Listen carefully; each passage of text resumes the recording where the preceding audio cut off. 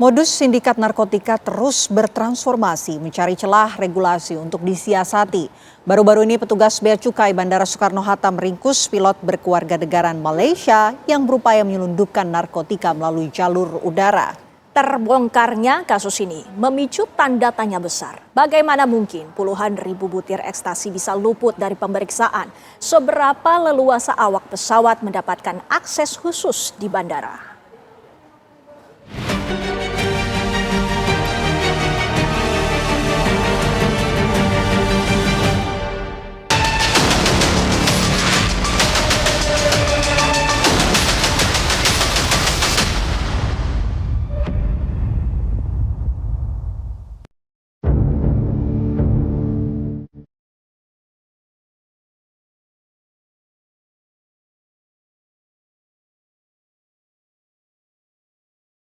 Sindikat narkotika seolah tak pernah kehabisan akal, memanfaatkan celah aturan untuk menyelundupkan barang haram lintas negara.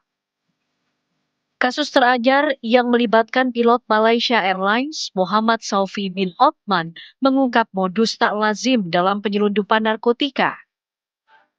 Selain diduga membawa sekitar 25,2 kg narkotika, petugas juga menemukan botol berisi urin di dalam tas pilot berkewarganegaraan Malaysia itu.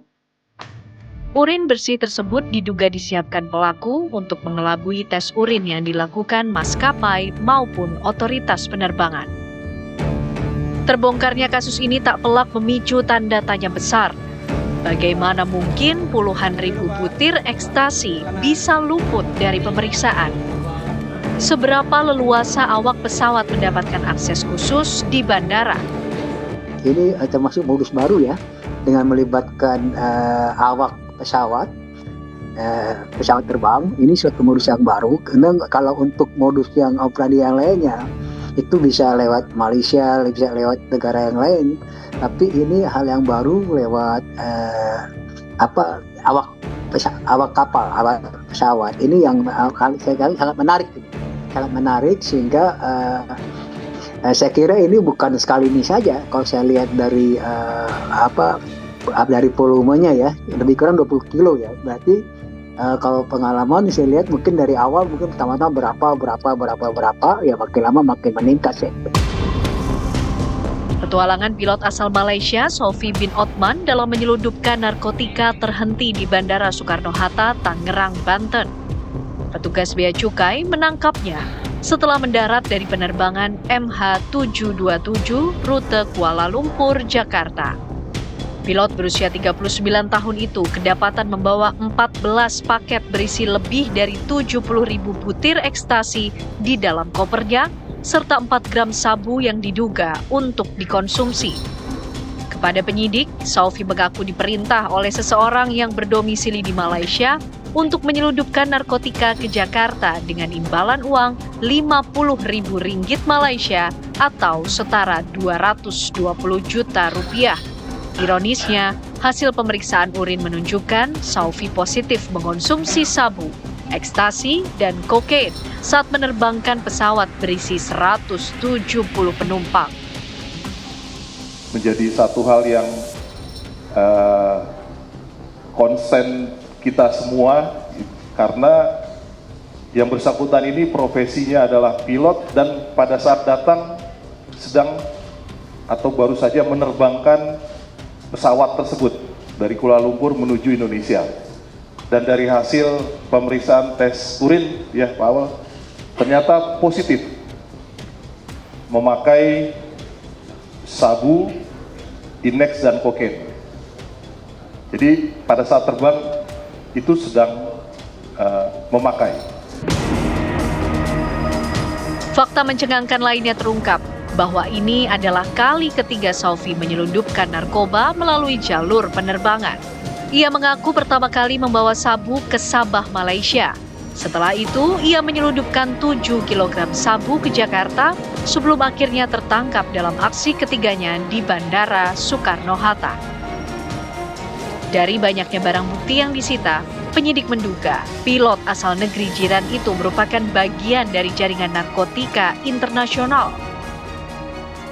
Apakah yang bersangkutan ada indikasi terlibat dalam jaringan internasional, dugaannya iya. Itu dugaannya. Karena dari hasil interogasi kami, dari hasil BAP kami terhadap tersangka, disampaikan bahwa 3 kali yang bersangkutan membawa barang haram ini ke Indonesia.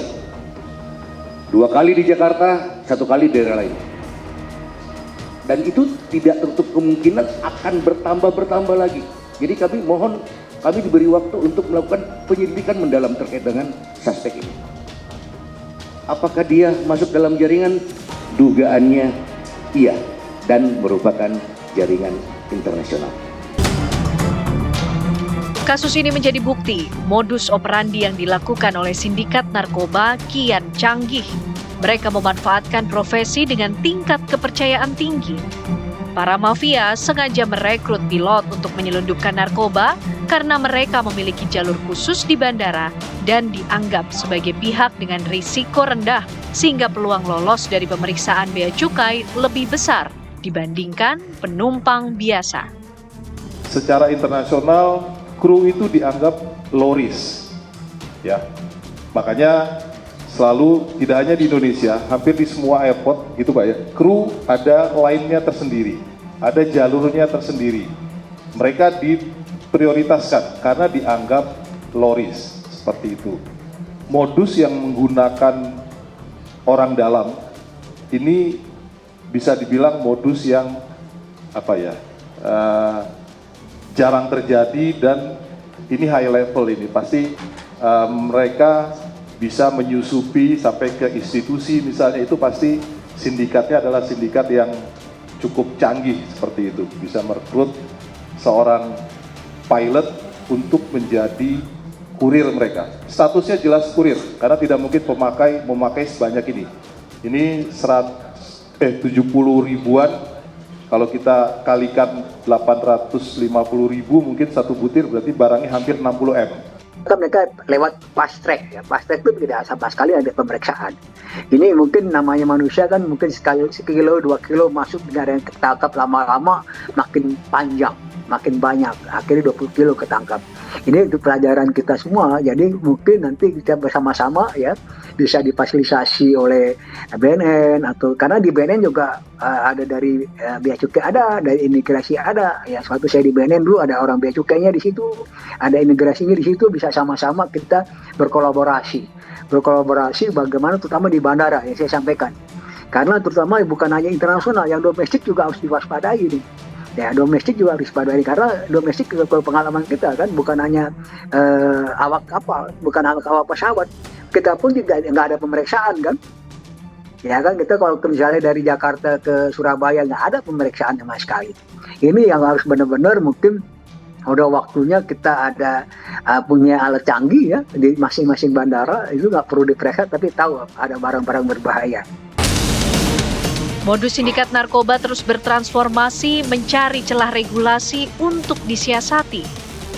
Belajar dari peristiwa ini, konsistensi aparat penegak hukum dalam melakukan pengawasan berlapis di pintu-pintu masuk negara ini diuji setiap hari. Selain itu, kerjasama lintas negara juga diperlukan agar Indonesia tak terus-menerus menjadi target jaringan narkoba internasional.